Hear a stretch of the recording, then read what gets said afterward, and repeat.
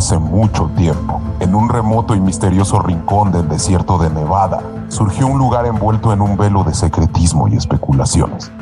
Ese lugar es conocido como el Área 51, una base militar situada en medio de la nada, donde abundan los mitos y las curiosidades que han capturado la imaginación de millones de personas alrededor del mundo.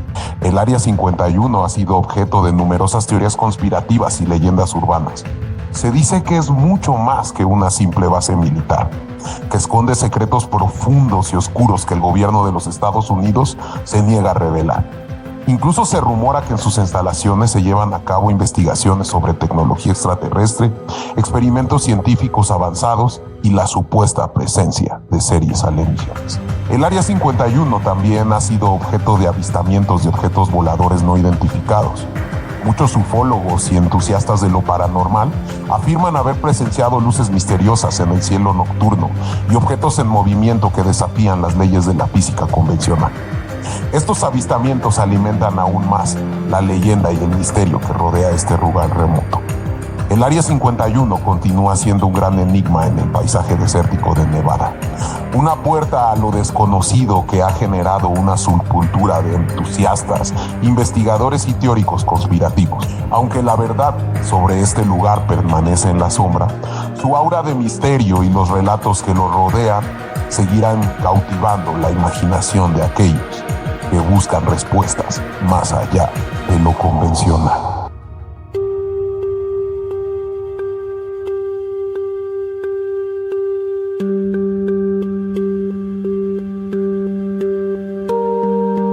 Volvemos a cultivando y nuevamente, Chavita, tenemos de regreso a nuestra mitóloga en cultivando el miedo. Bienvenida, Javi. Ufóloga.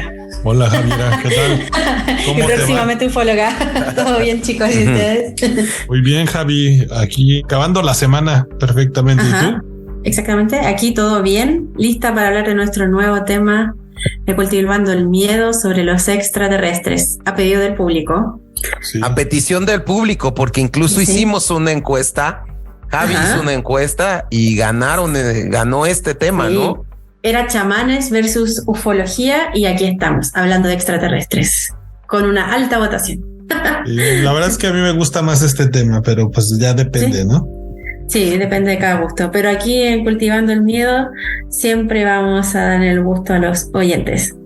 Podemos siempre hablar de todos los temas, así que no hay problema. Y bueno, pues este tema es bien amplio, ¿no, Javi? Es muy extenso, exactamente, entonces podríamos estar hablando horas y horas sobre extraterrestres y teorías sobre este tema. Entonces vamos a acotarlo en esta ocasión y cómo no vamos a hablar del Área 51, que es uno de los grandes, digamos, teorías conspiranoicas respecto a la existencia de extraterrestres. Así que de eso vamos a hablar el día de hoy.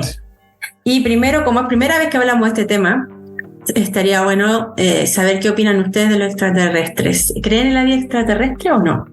Pues me gustaría iniciar ya tomando ahí.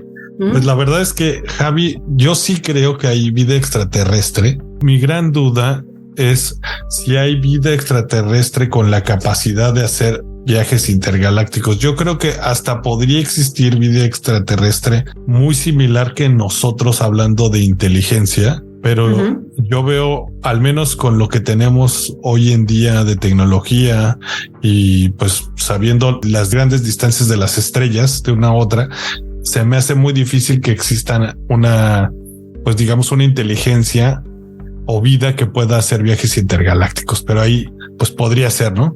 Yo la verdad coincido con Chava. Yo creo que existe la vida extraterrestre, sobre todo en un argumento de que el universo es tan grande que no es posible que nosotros seamos los únicos que estemos habitando este mundo. Exacto. Lo mismo opino, chicos. Es muy grande el universo y yo, en mi opinión, sí creo que hay vida extraterrestre. También creo que el universo es muy grande y por ende, ¿por qué no habrá vida? No digo que exactamente igual que los humanos en la Tierra, pero sí otro tipo de civilizaciones igual o quizás más desarrolladas que nosotros. Pensemos que el universo se está desarrollando hace millones y millones y millones de años luz y ¿por qué no puede haber una civilización que obviamente está muy avanzada tecnológicamente y que puede hacer estos viajes. Quizás no, pero tampoco lo encuentro que sea algo tan descabellado, podría ser. Ahora, que nos vengan a visitar o no, ese es otro tema. Pues fíjense, yo antes de iniciar el programa, a mí sí me interesa siempre saber de dónde salen los nombres de muchas de las cosas que investigamos, y me puse a buscar de dónde viene el nombre de Área 51 y se me hizo súper interesante porque este nombre de Área 51, si bien tiene algunos otros nombres que ya vamos a hablar, después de la Segunda Guerra Mundial y durante la Guerra Fría inician investigaciones de diferentes ámbitos militares, y una zona de Nevada cerca de donde está esta Área 51 la toman como un campo de investigación y lo dividen justamente en diferentes áreas en las cuales algunas prendían algunos experimentos nucleares, de armas químicas, diferentes ámbitos, y pasa que el Área 51 era el área de investigación aeroespacial y de ahí sale el nombre de Área 51. ¿Cómo ven? Sí, mira, la verdad es que el área 51 tiene una extensión de 12.000 kilómetros cuadrados, o sea, efectivamente podría dividirse en muchas áreas. Y como tú bien decías, esto es, si bien es un campo de pruebas y de entrenamiento de Nevada, ese es su nombre oficial, o Groom Lake. También fue conocido en un momento como Paradise Ranch o Rancho Paraíso en español, y también como Dreamland o Tierra de los Sueños. ¿Y por qué se le denominaba así? Porque la verdad es que como es un lugar en medio del desierto al que probablemente nadie querría trabajar debido a todo lo que rodea este lugar, que es muy lejos de toda la civilización, está en medio del desierto, o sea, es muy árido, es una tierra extensa. Se cree que trabajan ahí 1.500 personas, no se sabe porque obviamente hay mucha información clasificada, pero eso es más o menos lo que se cree, que es la cantidad de personas que se cree se trabaja ahí. Y bueno, finalmente esta área sí fue utilizada para hacer distintos tipos de programas aéreos después de la Guerra Fría. ¿No, James? Y que justo eso creo que para mí es el punto importante a investigar en el tema de el punto tan estratégico que tuvo el Área 51 en la Guerra Fría. Que justo lo que veíamos antes de entrar al aire con Javi es que en 1955 Estados Unidos estuvo diseñando un avión en un proyecto denominado U-2, que era, digamos, el que diseñaran una aeronave que volara a 70,000 pies de altura y que con una cámara hiperpotente pudiera tomar fotos de las bases nucleares de la Unión Soviética. ¿No, Javi? Exacto. Lo interesante de este proyecto, de esta nave, como tú bien decías, hacía que estos aviones volaran a una altitud 3 veces mayor a la de los aviones en aquella época, que estamos hablando de 1955. Y lo curioso de esta nave es que obviamente al alcanzar una altitud mucho mayor de los aviones, también tenía un despegue que podía ser bastante vertical comparado con los aviones incluso de hoy en día, que uno ve que los aviones van como despegando con un avance como hacia adelante, y la verdad es que podía ser un despegue casi vertical. Este importante. Punto es cuando Estados Unidos ya decide probar esta aeronave cerca de la URSS, ¿no? Y por esas fechas, un piloto de nombre Gary Powers tiene como estrategia de los Estados Unidos como misión atravesar la URSS con esta aeronave y tomar las fotos de las bases. También, como había contraespionaje en esa época, la URSS ya se había dado cuenta de lo que estaba haciendo Estados Unidos y logran interceptar la aeronave del gobierno de los Estados Unidos, ¿no? Derriban la aeronave, derriban el piloto, se logra expulsar, pero es atrapado por el gobierno soviético. Lo que dicen fíjate, en su momento... James, perdón que te interrumpa un poco antes. Justo eso, ese tipo de experimentos y de contraespionaje inicia en 1947 con un choque aéreo en 1947, el cual es conocido como el Roswell Crash. Ajá. Específicamente Roswell Crash ha sido el que inicia con la idea de que existen naves extraterrestres espiando los Estados Unidos o orbitando afuera de la Tierra, y pues digo, desencadenan estas ideas en escritores y en mucha gente de los ovnis, porque eran unos globos aerostáticos rusos, o bueno, soviéticos en ese momento, que intentaban espiar las distintas áreas de prueba estadounidenses, y al caer uno de ellos tenía una forma de un platillo volador, que fue lo que se hizo más famoso. Se tomó algunas fotos, y para evitar este conocimiento, los Estados Unidos evitan esto, y al dejar la duda, pues como que meten más ideas en la imaginación de la gente. Entonces creo que se me hace bastante interesante eso, y que bueno, pudo haber sido también un verdadero choque de una nave espacial, ¿no? Porque no sabemos si realmente era un globo o no. De hecho, Chavita, si bien el ejército de Estados Unidos, en este caso, inicialmente dijo que había aterrizado una nave, esta declaración fue corregida más tarde y se dijo que finalmente era un globo meteorológico que había estrellado debido a una tormenta eléctrica que hubo en el lugar. Entonces, la verdad es que te deja puertas abiertas, sobre todo para la gente que cree más en estas teorías de conspiración, que el gobierno algo estaba tratando de ocultar, porque sí, inicialmente se dijo que hubo un choque, que había aterrizado una nave y luego no, fue un globo, ¿no? Regresando a la idea del U-2, que fue el que fue derribado en la Unión Soviética, ¿no? También los Estados Unidos acusaron y dijeron, ay, fíjense que también nosotros estamos haciendo, era un piloto de pruebas meteorológicas, llevando un avión para tomar fotos, para determinar temas meteorológicos, ¿no? Entonces, digamos, los temas meteorológicos son la salida del espionaje de esos años. Y que hoy en día, ¿no? Biden no tiene mucho una noticia, ¿no, James? Pero bueno, esa la dejamos para después. Luego es importante decir que en el Área 51, en 1960, se desarrolla otro proyecto, la CIA desarrolla otro proyecto que se llama el proyecto Oxcart. No sé si tengas ahí información, Javi. Sí, efectivamente. Este proyecto es posterior al programa de YouTube, exactamente. Y la idea de esto era o probar al menos un nuevo tipo de avión, el cual se llamaba Lockheed. Y efectivamente la idea de este avión era realizar un reconocimiento de gran altura y con capacidad de vuelo y velocidades superiores a los aviones que ya existían. Entonces imagínate, si ya con el proyecto U-2 los aviones alcanzaban una altura no imaginable para esa época, ¿no? Mucho más alto que los aviones comerciales. Imagínate el desarrollo de este programa, que inicialmente se tenía dudas, no se sabía si efectivamente se iba a poder desarrollar en este mismo lugar, debido a que las pistas de aterrizaje no eran las adecuadas para hacer las pruebas.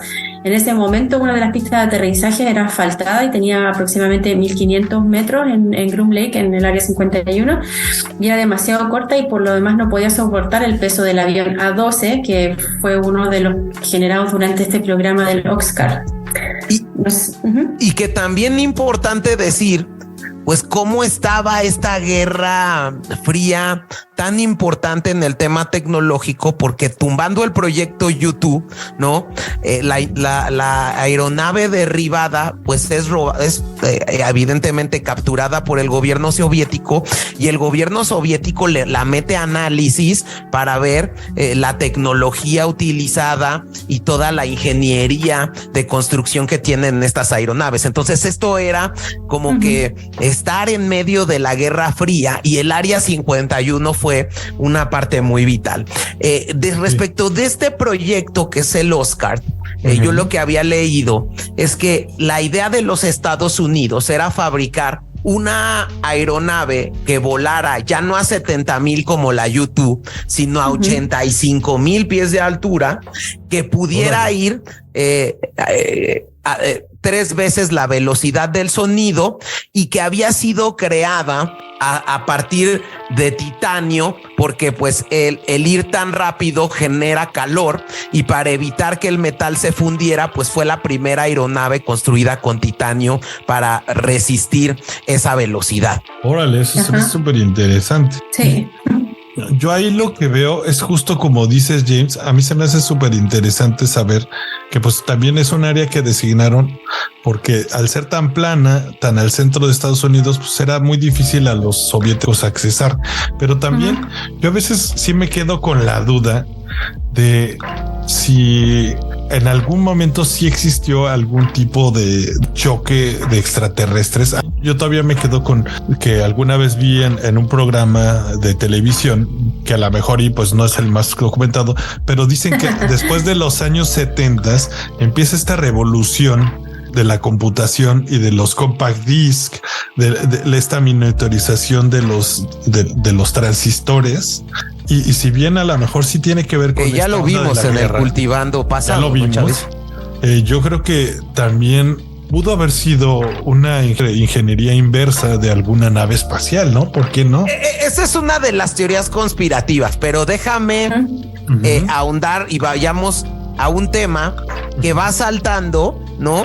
Que esta nueva aeronave que era el A-12 Lockheed, ¿no? Era una nave pues que era tecnológicamente muy avanzada. Entonces, al parecer, esta empresa Lockheed no la construyó en el Área 51, sino la construyó en la fábrica de Lockheed. Y entonces lo que dicen es que pues para evitar que hubiera un espionaje, ¿no? La fábrica que estaba en Burbank, California, trasladó en una ballena, ¿no? Digamos en un camión, la aeronave A-12 de Burbank, California, al Área 51 en Nevada.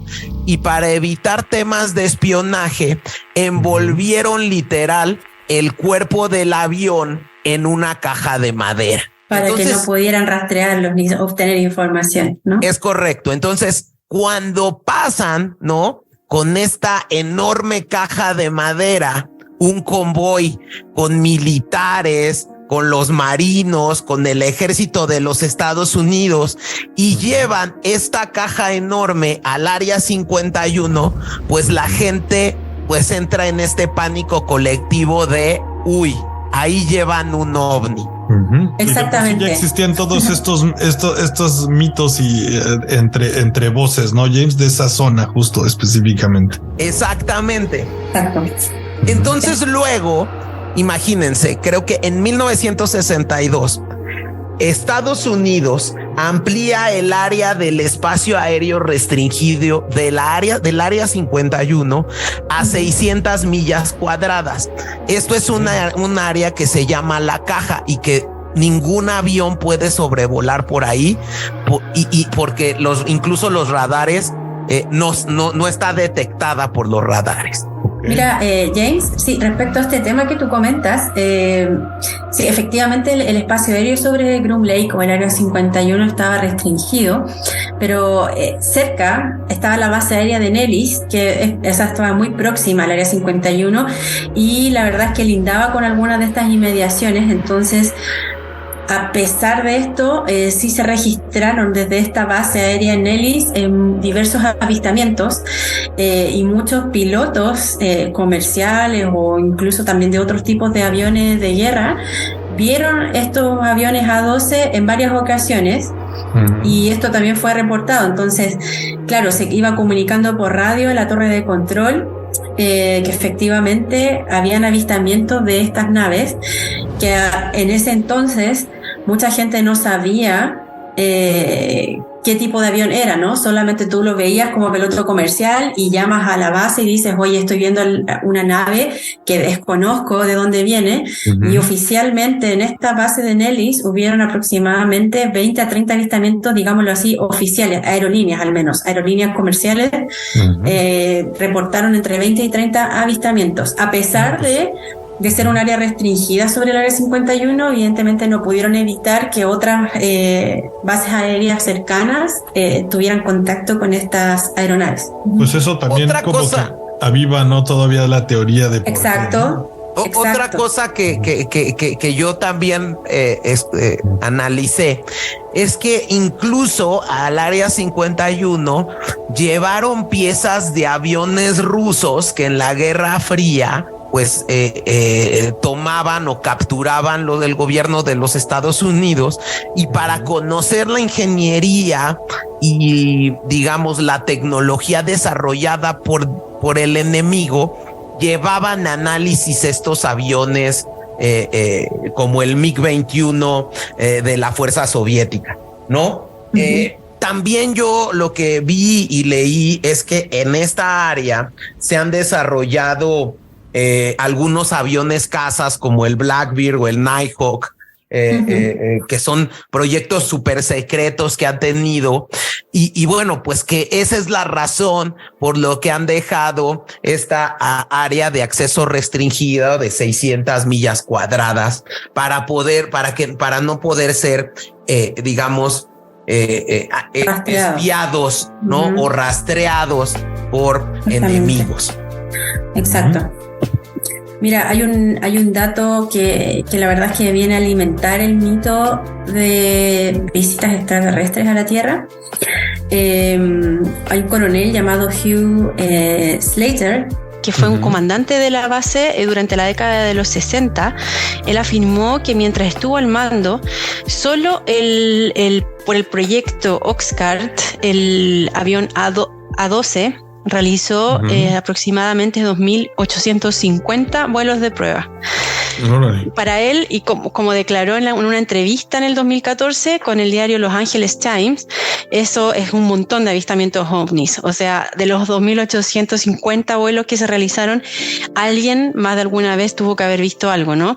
Y como lo mencionábamos anteriormente, el aterrizaje y despegue de estos aviones y la velocidad a la que andaban y a la altura era totalmente impensada en ese tiempo. No se sabía que esta tecnología funcionaba en esa época, porque obviamente todo esto era experimental. Por lo tanto, obviamente esto contribuyó a esta euforia que había respecto a la existencia de extraterrestres y que ellos nos venían frecuentemente a visitar. Y un poco lo que les mencioné anteriormente de la base cercana, que era la base aérea de Nellis, que estaba próxima al área 51. En alguna ocasión, Slater, que era este coronel que les mencioné anteriormente, decía que muchas veces los pasajeros y los pilotos de los aviones comerciales veían estos aviones supersónicos en acción y gritaban como locos y empezaban de inmediato los pilotos a dar mensajes y luego ya avisaban a la torre de control que habían visto un objeto extraño, desconocido, pensando que eran ovnis. Y obviamente esto alertaba a las bases aéreas, y en muchas ocasiones cuando ellos ya aterrizaban habían autoridades esperando fuera de esta base aérea y los hacían comprometerse a no decir nada sobre lo que habían visto. Entonces obviamente la gente, bueno, ¿qué vas a pensar tú? Es un ovni, no quiere que hablen del tema y para muchas personas puede decir como, bueno, ya, es quizás algo secreto del gobierno, pero para muchos era como, wow, o sea, el gobierno está ocultando la información respecto a estas visitas extraterrestres, ¿no? Entonces lo que hacía era como fomentar este sobre todo de tema, exacto. Entonces justo, y creo que hay dos teorías que yo vi que había relacionadas con el Área 51. Una es esta que decía Chavita en el inicio, que es la de Roswell, donde al parecer un ovni se estrella en la localidad de Nuevo México de nombre Roswell, ¿no? Y el gobierno aseguró que se trataba de un globo meteorológico, pero exacto, digamos, muchos creían que era un ovni, ¿no? Exactamente. Y que estos, digamos que cuando se estrelló este ovni en esa área de Nuevo México, se llevaron los restos y la nave al Área 51, ¿no? Exactamente. Okay, sí. O sea, al final este hallazgo de los restos de un, digámoslo así, artefacto extraño, generó ese tipo de clase generó todo tipo de clases de especulaciones respecto al tema. De hecho, en el año 94 se reveló un informe de las Fuerzas Aéreas que concluía que en realidad se trataba de un micrófono que se elevaba como con un globo y estaba relacionado a un proyecto secreto que buscaba detectar pruebas nucleares soviéticas. Entonces, inicialmente, no sé si recuerdan que al principio, cuando recién ocurrió este hecho, las Fuerzas Armadas dijeron no, esto sí hubo un aterrizaje, no explicaron de qué tipo, pero que hubo un aterrizaje, y luego dijeron no, fue un globo meteorológico que chocó con la Tierra, y finalmente ya décadas después lo que dijeron que era efectivamente un proyecto secreto para detectar estas pruebas nucleares soviéticas. Entonces, bueno, con el tiempo se ha ido como revelando más información respecto a este caso Roswell. Sin embargo, la gente que sigue pensando en estas teorías de conspiración aseguran que en realidad sí se trataba de una nave alienígena. Mucha gente decía haber visto esta nave, mucha gente también dijo haber visto seres de esta nave. Y había fotografías en algunos programas, ¿no? Y que fue trasladada al Área 51. Creo que lo comentamos antes de empezar a grabar el tema de esta típica imagen de un extraterrestre en una camilla, que la verdad fue muy popular. Y obviamente, bueno, hoy en día puede haber más información respecto al internet y todo, pero imagínate los años 60, 50, te aparece una foto de esas en un diario y la gente se enloquece. O sea, efectivamente empieza a creer en estas teorías, empieza a creer en la existencia de los extraterrestres, y súmale a esto todos los avistamientos de estas naves de prueba, que si bien eran naves militares, la gente en ese momento no sabía de qué se trataba, y tampoco el gobierno fue capaz de desmentir, ¿no? Entonces, y empieza esta manipulación también de imágenes en los medios y crear cierto... Exacto. Este tipo de ondas y especulaciones. Sí es cierto, la verdad es que no lo había pensado así. Yo tengo también que en los años 80 uno de las teorías más populares, quizá James era su segunda teoría, pero se la estoy robando. Uno de los investigadores o supuestos investigadores de esta Área 51, que se llama Bob Lazar, de hecho tiene hasta una entrevista con Joe Rogan. Le empecé a escuchar un poco antes de venir al programa con ustedes.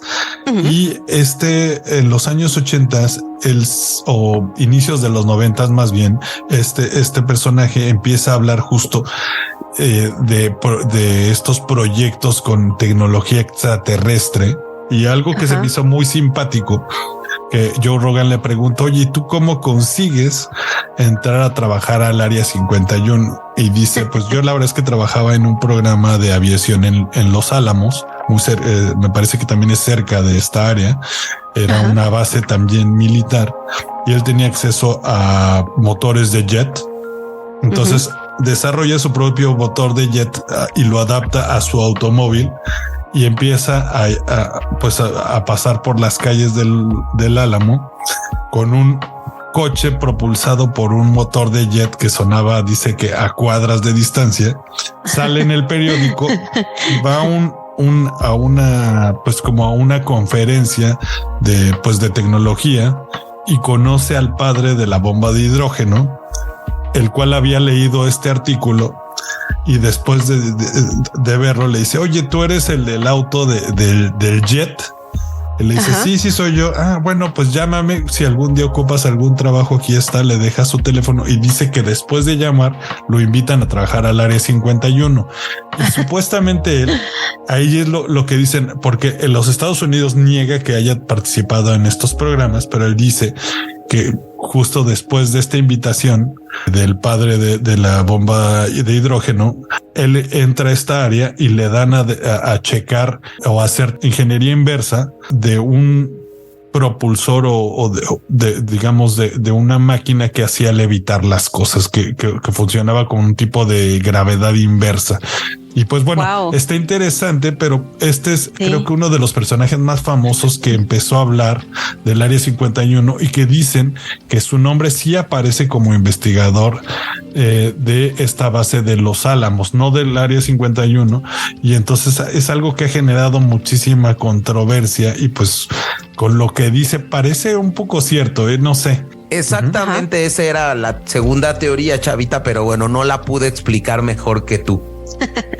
Oigan, chicos, y a raíz de esto, bueno, sí, muchas de las causas que hacían crecer este mito de extraterrestres fue que, por ejemplo, había mucha gente que aseveraba haber trabajado en el Área 51. De hecho, en el año 89, Bob Lazar dijo que efectivamente trabajó en esta Área 51 y según lo que él decía en su testimonio, él vio fotografías de extraterrestres y él aseguró que el gobierno sí usaba estas instalaciones para examinar a los ovnis, examinar estas naves y tratar de copiar esta tecnología precisamente para aplicarla en naves de guerra. Obviamente Lazar no presentó nunca una evidencia contundente respecto de la existencia de estos extraterrestres o de que hubieran naves o que hubieran ovnis dentro del Área 51 y bueno, obviamente es difícil, ¿no? Si trabajas, me imagino, en el Área 51 de estar todo súper protegido y sacar cualquier información debe ser súper complicado, pero aún así hay gente que dice, bueno, no tiene pruebas porque efectivamente hay un hermetismo dentro del Área 51, o bien no tiene pruebas porque realmente no existe y se lo inventó todo, no sé.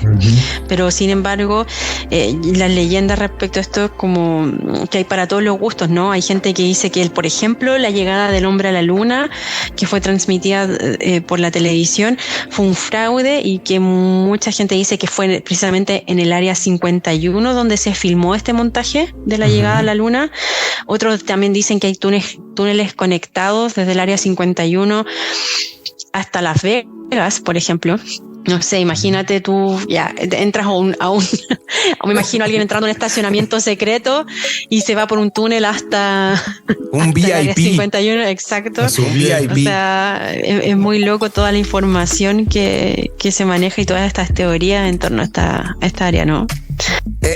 A mí me parece que es una base muy estratégica de los Estados Unidos. Creo que se han hecho grandes avances tecnológicos en esa área, se han probado armas súper potentes de los Estados Unidos, la tecnología más grande y de punta, y que creo que el mito del extraterrestre convenientemente no lo ha querido eliminar, ¿no?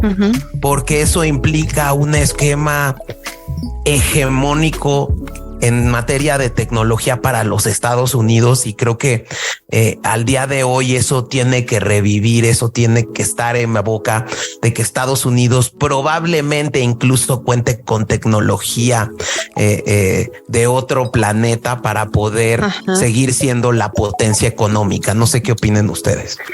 Sí, exacto. ¿No? De hecho, hay una declaración de un hombre llamado Jim Friedman, que fue administrador en la base del Área 51 por muchos años, y él en una entrevista, bueno, cuando él ya se retiró de su cargo, ¿no?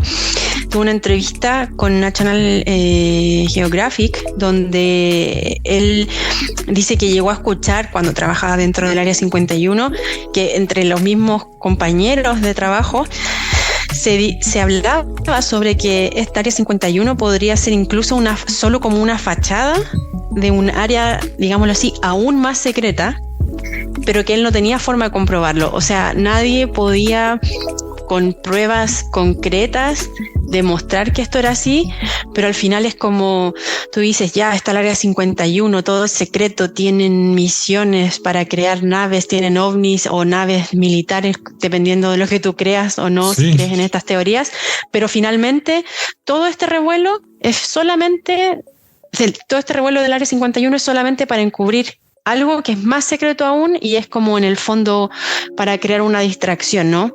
De sí, otros lugares que efectivamente realizan cierto tipo de o desarrollan una tecnología mucho más avanzada de la que creemos, ¿no?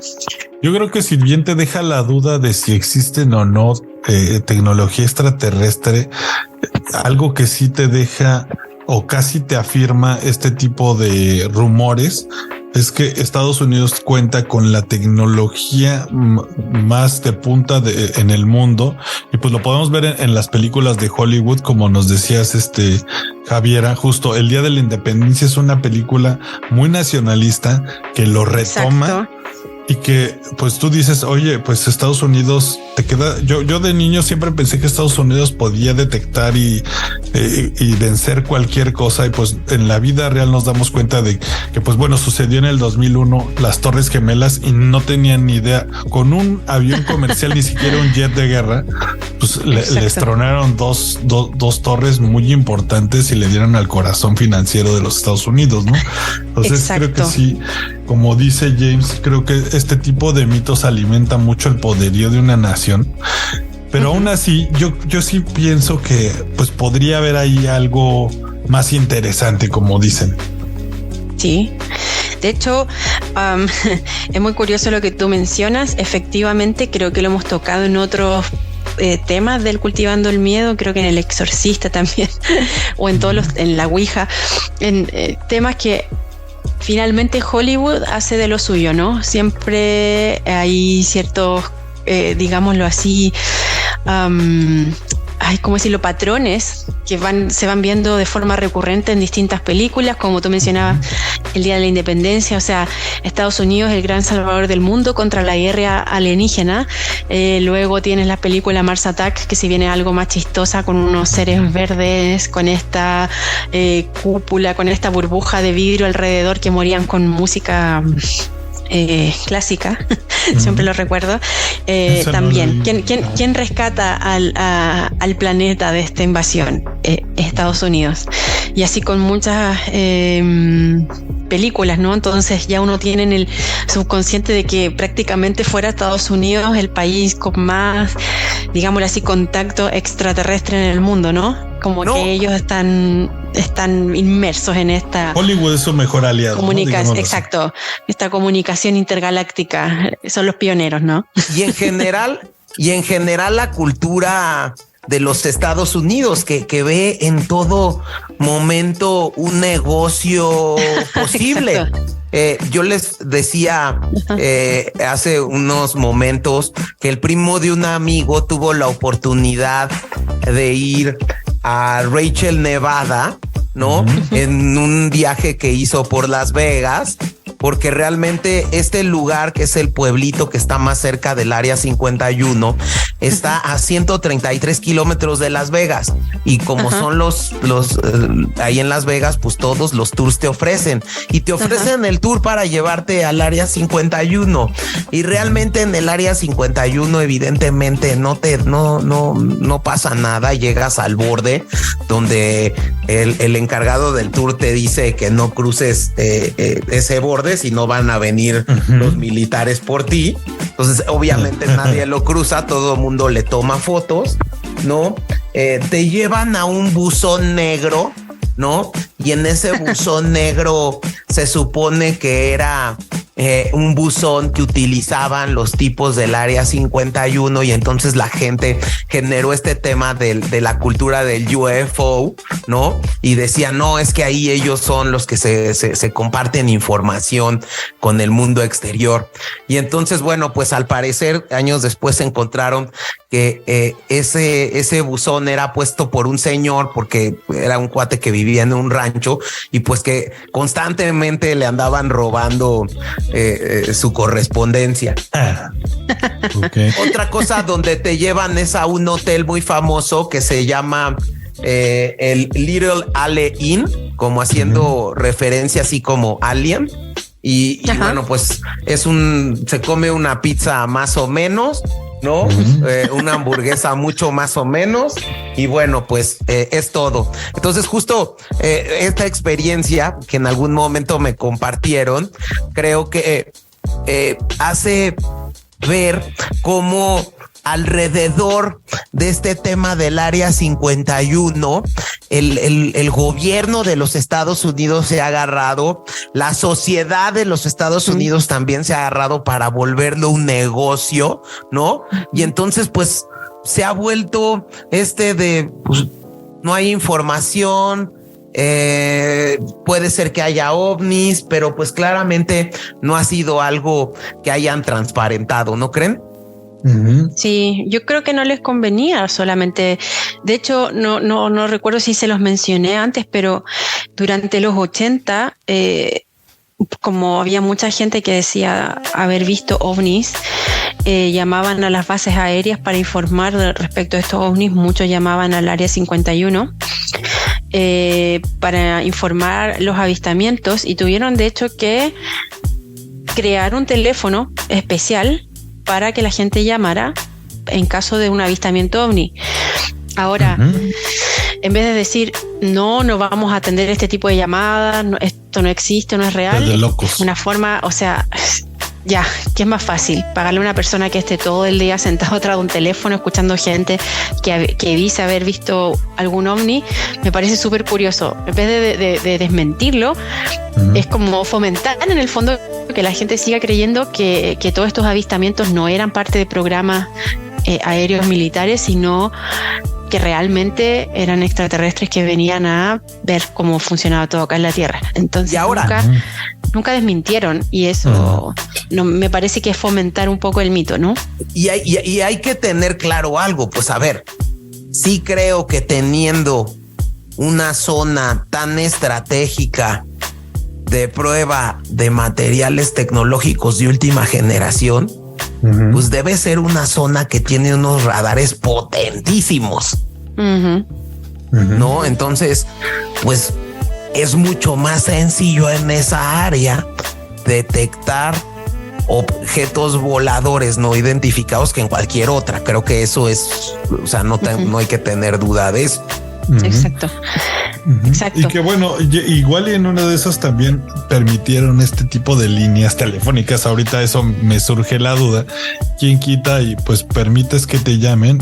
Y en una de esas la población también te está ayudando a detectar algunos aviones espías en zonas en las que no pensabas que podía haber sobrevolar cierto tipo de aeronaves, ¿no? ¿Por qué no? Claro, puede ser como una estrategia. Y de igual forma, considero o no sé qué sensación tienen ustedes respecto al gobierno. De hecho, inicialmente no se hablaba de este tema y había muchos documentos clasificados de la CIA, y a veces da la sensación que ni siquiera los mismos presidentes tenían claro de qué se trataba exactamente el Área 51. Hay una declaración de un trabajador que también, en vista de un reportaje de la National Geographic, no da el nombre, solo las iniciales TD Barnes. Él trabajó como especialista en los vuelos supersónicos y decía que, por ejemplo, ellos al trabajar ahí se identificaban con nombres en clave, o sea que nunca sabías realmente si el nombre real de tus superiores, por ejemplo, o de tus colegas, porque siempre eran nombres en clave, y durante las reuniones no podían tomar notas y no podían tener radio ni televisión dentro del recinto. Órale. Tampoco podían contarle a su familia a qué se dedicaban. De hecho, uno ya cuando ya se retiró y todo, pudo como revelar que efectivamente a su familia o a su esposa le decía que trabajaba reparando televisores. Entonces, la verdad es que escribió una periodista llamada Ann Jacobsen que efectivamente ni siquiera Bill Clinton, que era el presidente de la época cuando ella hizo este reportaje, parecía tener muchas ideas de qué es lo que realmente se hacía en el Área 51. O sea, es una información totalmente hermética, ¿no? Y difícil de saber. Obama, justo antes de develar estos, y eso lo pueden buscar en YouTube, busquen Obama Área 51 y hace una broma antes de develar este tipo de papeles. Le dice, ¿saben qué es lo primero que le preguntan o de las primeras cosas que le preguntan a un presidente de los Estados Unidos cuando tome el cargo? Y dice, existe el área. ¿Qué está pasando con el Área 51? ¿Es verdad o no? Y ya, pues es como abre con eso su discurso. Después me parece que ya empieza a develar algunos de los clasificados y es la primera vez que se admite en 2013 que existe esta área, aunque ya existía obviamente, pero pues digamos, es la primera vez que el gobierno como tal dice sí existe, es un área de investigación, ¿no? Efectivamente. De hecho, hay muchos archivos que hablan sobre una base aérea y que habla sobre los proyectos que se desarrollaban en ella, pero nunca se revelaba qué área, dónde estaba ubicada, y de hecho están marcados, estos archivos se revelan parcialmente, ¿no? Por ejemplo, recién en el 2013, como mencionaba Chava, debido a una solicitud que fue hecha al Archivo de Seguridad Nacional de la Universidad de George Washington. Bueno, existe un tema que se llama libertad de información, y en base a esto alguien realizó una solicitud para poder revelar una página de un documento, que el documento fue liberado, pero parcialmente no se podía saber bien toda la información concreta de este documento, y fue precisamente en 2013 que esto es aprobado, y es cuando ahí se revela una página que estaba completamente censurada de estos informes, y ahí fue la primera vez que se revela que el Área 51 efectivamente existe y se hicieron este tipo de pruebas. O sea, todos sabíamos que existía el Área 51 desde antes, pero esta es la primera vez desde el 2013 que la información es revelada de forma, digámoslo así, transparente, y se habla de el Área 51 de forma clara. Está dentro de los archivos de la CIA. Bien loco, la verdad. Muy loco. A mí sí me llama todo esto la atención, porque la verdad es que de niño alimentó mucho mi imaginación. Yo creo que muchas películas, escritores se basaron en este tipo de ondas y relatos para crear historias que la verdad es que nos entretuvieron a muchos de niños, y que hasta hoy en día seguimos con la duda, ¿no? Aquí a nadie se le quita, por más que escuches ciertas maneras de desmentir algunas informaciones, como que dices, no, ¿y qué tal que si esto no es, no? Uno quiere siempre algo un poquito más que despertar su imaginación, ¿no? ¿Tú qué piensas, James? Sí, tienen toda la razón. La verdad es que justo para ir concluyendo ya con cultivando el miedo, ¿no? Les comentaba que en este restaurante del pueblo de Rachel se grabaron algunas escenas del Día de la Independencia, ¿no? Y la producción de la película construyó un monumento con un mensaje adentro de una cápsula del tiempo que solo puede ser abierta hasta el 2050, cuando los viajeros interplanetarios sean turistas regulares. Entonces, justo lo que quiero decir con esto es que se ha generado una cultura sobre el Área 51 de misticismo, ¿no? Exacto. Incluso hay videos también de Mr. Beast, ¿no? Un youtuber que va al Área 51 a acampar, ¿no? Y entonces, bueno, pues se ha generado esta cultura que incluso el gobierno de los Estados Unidos pues no ha querido desmentir, porque significa un tema hegemónico. Creo que yo con eso concluiría. No sé si ustedes quieran concluir con algo más, Javi. Sí, bueno, la verdad es que sí, quería comentar que hay un astrónomo que se llama Seth Shostak. Él trabaja en el Instituto de Búsqueda de Vida Extraterrestre Inteligente, y la verdad es que bajo sus palabras dice que la evidencia de ovnis en el Área 51 la verdad es que es bastante pobre y anecdótica. Lamentablemente todos los testigos, digámoslo, oculares, es, digámoslo así, el peor tipo de evidencia que puede existir, porque se trata de una evidencia, digámoslo así, de una calidad inferior Por lo tanto, no hay nada que realmente te pueda decir que efectivamente hay ovnis efectivamente o extraterrestres dentro del área 51 o que tengan algún tipo de contacto o comunicación intergaláctica. Sin embargo, hoy en día todavía hay gente que es muy creyente de que el área 51 tiene este tipo de tecnología, que se sigue investigando, que tienen extraterrestres ahí. Sin ir más lejos, hay una agrupación que en algún momento se puso de acuerdo, se empezó a formar una especie de movimiento, el cual decían: el área 51 tiene extraterrestres, estos los tienen contra su voluntad y ellos tienen que ser liberados porque son seres que todos somos personas libres y ellos necesitan ser liberados, y no es posible que el área 51 los tenga ahí encerrados. Vamos a hacer un grupo muy grande, nos vamos a juntar fuera del área 51 y vamos a entrar en el rescate de estos alienígenas que deben ser liberados porque están contra su voluntad dentro de esta área. Y tú dices, todo bueno, lo que estamos en el 2000, exacto, estamos en el 2023 y estos grupos existen. Y bueno, a raíz de esto, las autoridades tuvieron que recalcar, al ver que se creaban estos grupos como de Facebook, ¿no? Que querían juntarse y envalentonaban a la gente que se juntaran fuera del área 51 y entraran todos juntos a rescatar a estos alienígenas.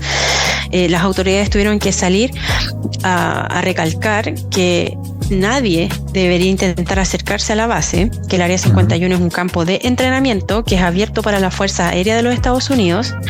Eso fue transmitido por Laura McAndrews, que es la vocera, en ese entonces era la vocera de la Fuerza Aérea, y se lo dijo al diario Washington Post, y que desalentaban a cualquier persona que intente ingresar al área donde entrenan a sus Fuerzas Armadas estadounidenses, ya que la Fuerza Aérea siempre va a estar lista para proteger a Estados Unidos y sus bienes. Por lo tanto, cualquier persona que entre, obviamente en pro de defender a la patria, puede terminar en serios problemas. Y este astrónomo que les mencionaba anteriormente del Instituto de Búsqueda de Vida Extraterrestre lo dijo un poco más a raíz de estas declaraciones de la vocera de la Fuerza Aérea, fue un poco más directo y dijo, bueno, el día que alguien intente entrar al Área 51 podría ser literalmente el último día de esa persona. O sea, indicándole a la gente que mejor no hagan el intento ni de entrar porque no les va a ir muy bien.